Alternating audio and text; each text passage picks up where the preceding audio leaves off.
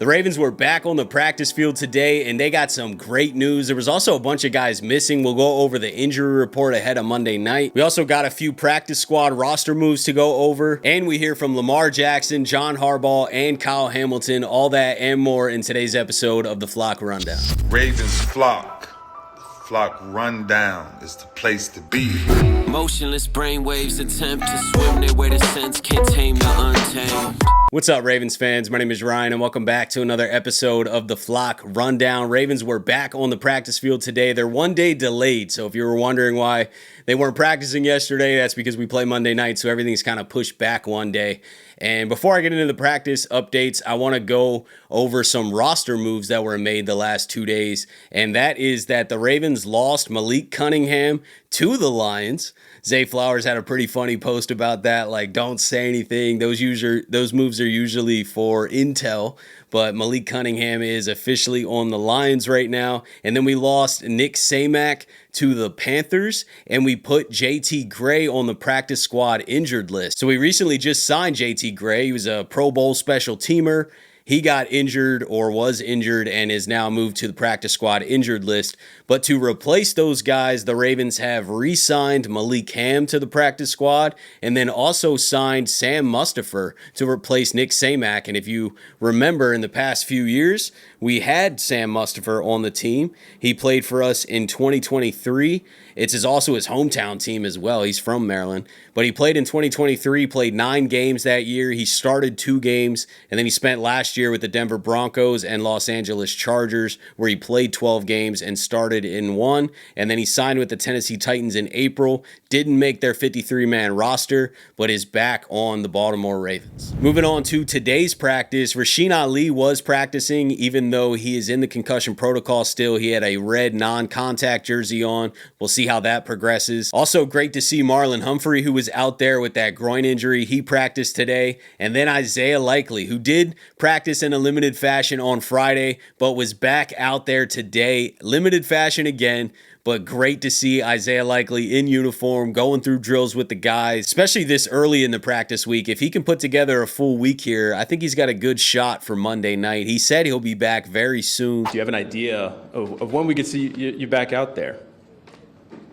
Very soon. Then John Jenkins also had a limited practice today for a personal reason, not injury related. The guys that were not practicing today, Nnamdi Madubuike with a neck injury, Pat Ricard still with that calf injury, Kyle Van Noy with the hamstring, and then Nate Wiggins with the groin injury. But Harbaugh did comment on Nate Wiggins, said that he is generally okay. Nate Wiggins also said the same thing in the locker room, and Harbaugh said that he expects Nate Wiggins to be out there tomorrow. This is the longest the injury report has been so far this season, but I don't really see too many concerns. We'll obviously monitor guys like Nate Wiggins, see if he comes back tomorrow or not. If that lingers, later in the week, then that might be something of concern. But right now, I'm not concerned at all, especially when Harbaugh and Nate are both saying that he's fine, should be back to practice in a day or two.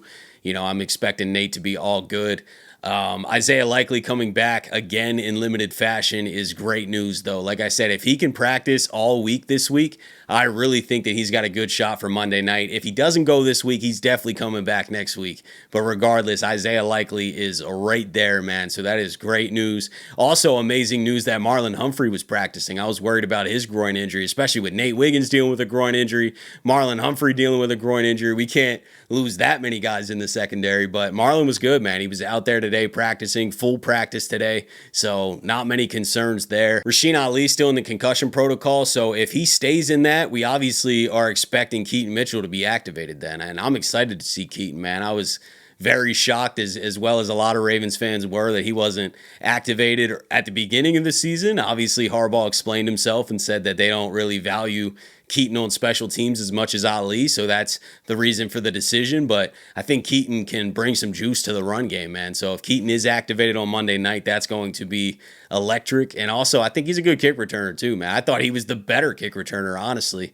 But I'm not the coach, so it is what it is. But we'll see if Keaton ends up getting activated. It really depends on Rasheen Ali this week and whether he stays in the concussion protocol or not. I don't expect Van Noy to go this week, just based off of the Jeremy Fowler report that came out saying that he's expected to miss a few games. Also saw that David Ajabo in the locker room said it's showtime.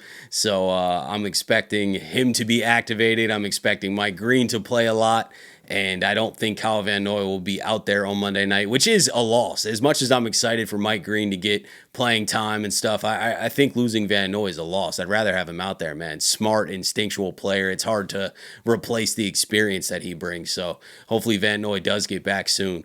But overall, not a bad injury report. It's lengthy, but I think there's nothing really serious going on. Jair Alexander's not on the injury report at all. So we're looking pretty good for Monday night, and I'm hoping that Isaiah Likely can give it a go. Roquan Smith was announced as the AFC Defensive Player of the Week. Just had to shout that out. I know it's a little bit of old news, but I haven't been on here as much the last 2 days. Wasn't feeling great, and then they also weren't practicing, so I was just like, all right, wait until they're back at practice and come back on here with some real updates for you guys. But shout out to Roquan Smith, man. Unbelievable game. 15 tackles and was just a dominant player out there, man. I would love to see Roquan have, 10 more of those games this season. Doesn't necessarily need to match the stat line. You don't need a touchdown and stuff, but just the impact, how, the speed to the ball, the setting the tone right out the gates, man. And maybe that Ray Lewis speech that he gave him a little bit before the game had something to do with it. 60 minutes this time. You understand? Finish this, man. They gonna follow your lead. They gonna follow your lead, right? We're strong individually, but together we'll tell like six. Have somebody like Roquan there who can not only guide the defense and lead us, but also make plays in between the snap and stuff like that. And I think last week, just for me personally, it was nothing out of the ordinary for Roquan. That's just that's what everybody expects out of him every game, and I think we get that most of the time. And stats may say one thing, but I know that every single game he's out there, whether it's getting people aligned or taking on blockers so another linebacker make the tackle with another player. But this week it just came with the stats, and just happy for him. John Harbaugh was asked about Faalele today, and so was Lamar. But John Harbaugh finally did admit that there were some really, really bad reps. He said that Faalele is a good player. He said that they're coaching him up. But I was shocked to finally hear it from one of the coaches, because it's not just Harbaugh that's been kind of singing his praises. Todd Monken also, to the media is very defensive of Faalele, and I get it. Why would you go to the media and out your players? But Harbaugh was more honest today with what he said, and said that he does have some really bad reps. Daniel Faalele. What do I like about Daniel Faalele? I like the fact that he's a big, strong guy, moves his feet well, he bends, he's getting better at using his hands. I think he's been doing a real good job in pass protection for the most part. Run blocking has been good, but he needs to be more consistent in both areas. I think what you're asking me is, I'll just give you the direct answer. I mean, he's had some bad plays that you're talking about probably, that haven't looked great, but he's a good football player, and he's getting better, he's young, and hopefully he'll continue to improve. That's what we're hoping for. I know one thing, we're coaching him up really hard every day, and we expect him to go out there and play his best football game on Monday night, and that's what he's going to try to do. Your offensive lineman, like Daniel Faalele sometimes gets a lot of grief on social media. I know you've dealt with that kind of thing.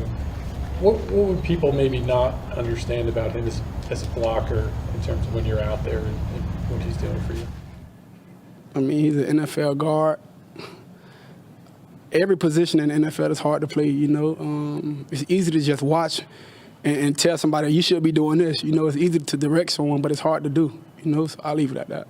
I think the Ravens fan base is so hard on Faalele just because they want great offensive line play. They realize the roster that we have, and we can't really afford to have a weak link. And it's not just Faalele. The offensive line, to me, has not played great all season. And that's crazy to say because we've put up 40 and 41 points, 81 points in 2 games, so it's obviously good enough. And I would agree. Last year we were good enough to go and win a Super Bowl too. It's not like the offensive line is the only thing holding you back. You still can't turn the ball over. You still can't, make some of your mistakes. You still got to play good defense. None of that really is the offensive line necessarily, but it's also fair to point out some weak spots. And the guard play has been the consistent weak spots, and that's also Voorhees. It's not like Voorhees is playing incredible football either, and he also has some pretty bad reps. So there's some holes on the offensive line, and I think the Ravens fan base are just pointing it out. You know, they want to win a Super Bowl. They want this team to be great. So when they see a lack of greatness and a consistent lack of greatness, it's fair to point out, you know, there could be better options at guard, and the Ravens chose to go younger, go cheaper, and develop guys. And we're seeing that development in real time. They are, to Harbaugh's point, they're coaching Faalele, they're coaching Voorhees, they're coaching Roger Rosengarten daily. And they believe that their coaching as well as the game experience is going to help evolve these guys into be better players, which it probably will. You know, I think by the end of this season, our offensive line would be better than it is now. Why wouldn't it be? Just like it's probably a little bit better now than it was last year. So, I mean, are there holes? Absolutely. But I think we're stuck with what we got right now, and we'll just continue to vent and point out the holes as they happen. And as the bad plays happen, it's fair to talk about it, but also fair to just enjoy the season, and hopefully these guys do develop. What else are we going to do? You know, we're not in the front office. We're not able to make decisions. I think the Ravens have locked in on these guys, and it's not an awful group in this offensive line. It's not the worst group in the league. You know, some people are saying it's the best group in the league. I disagree with that, but I still think it's good enough with a guy like Lamar Jackson who can get out a lot of that pressure. And the pass blocking honestly hasn't been awful. The run blocking has been a little bit of a concern. I think we're going to have to figure that out. But regardless, I still think this team is talented enough. This offense is good enough, but it's still fair to vent criticisms and, point out things that you see. Kyle Hamilton spoke on the challenge of defending Detroit's offense this week, especially their receivers in St. Brown and Jamison Williams and the versatility of those guys. And he also spoke about Dan Campbell saying that the Lions aren't going to forget that 38-6 blowout loss. Yeah, I think it's just what you said, just his toughness and his motor. I think just blocking everything, route running, run after catch is just, he goes 100% at it. And I remember my freshman year at Notre Dame, we were playing SC and playing against him and Michael Pittman and Drake London, and you could tell like when he got the ball, he was trying to make the most of his opportunities, and he always worked super hard or just was working super hard on the field, and that translates. You know, that's not something you really can teach. It's either you got it or you don't.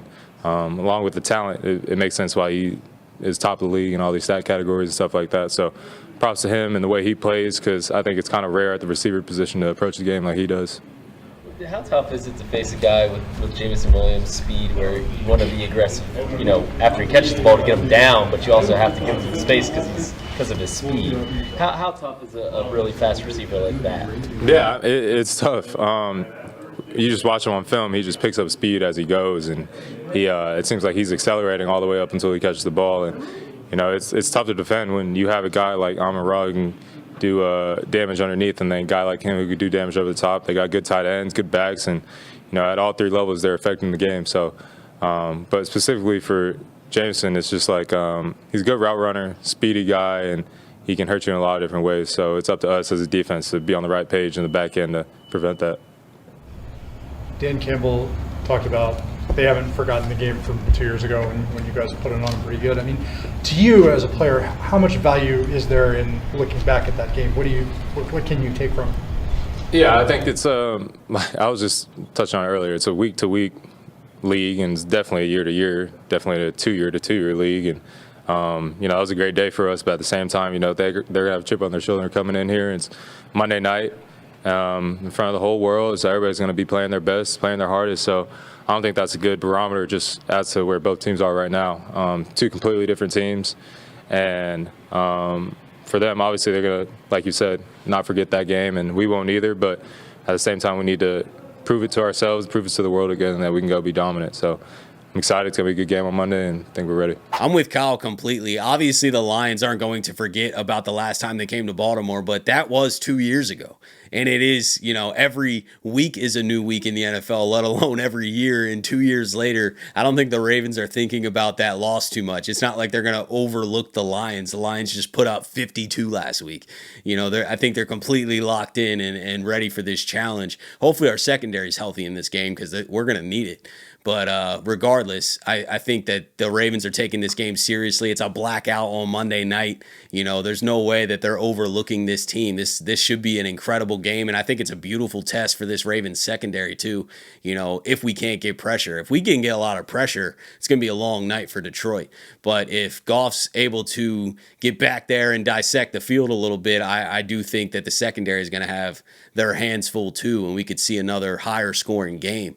But we'll talk about the game in detail as the week goes on. I just wanted to highlight some of Kyle Hamilton's comments today because they stood out to me, and I just think that these guys are not overlooking the Lions. But that's it for today, guys. Let me know what you're thinking about everything. Just wanted to come on here, go over the first injury report, some updates going on this week. We got practice tomorrow, and then also on Saturday will be the final injury report. I'll probably drop the Lions game preview episode on Saturday after that final injury report, and just kind of push everything the normal week back one day as well myself. So see you guys over the next few days. Can't wait for Detroit, man. Monday night at the bank is going to be insane. I wish I was going to this game. But appreciate you guys, as always, for tuning in to another episode of the Flock Rundown. Have a beautiful rest of your day. And I'll let the greatest linebacker in the history of the game take us out. Ravens Flock. The Flock Rundown is the place to be. My man Ryan has been a lifelong Ravens fan since he was born. So I'm telling you now, it's about to go down. The podcast, the Flock Rundown. Ravens, baby. Nothing gets better than waking up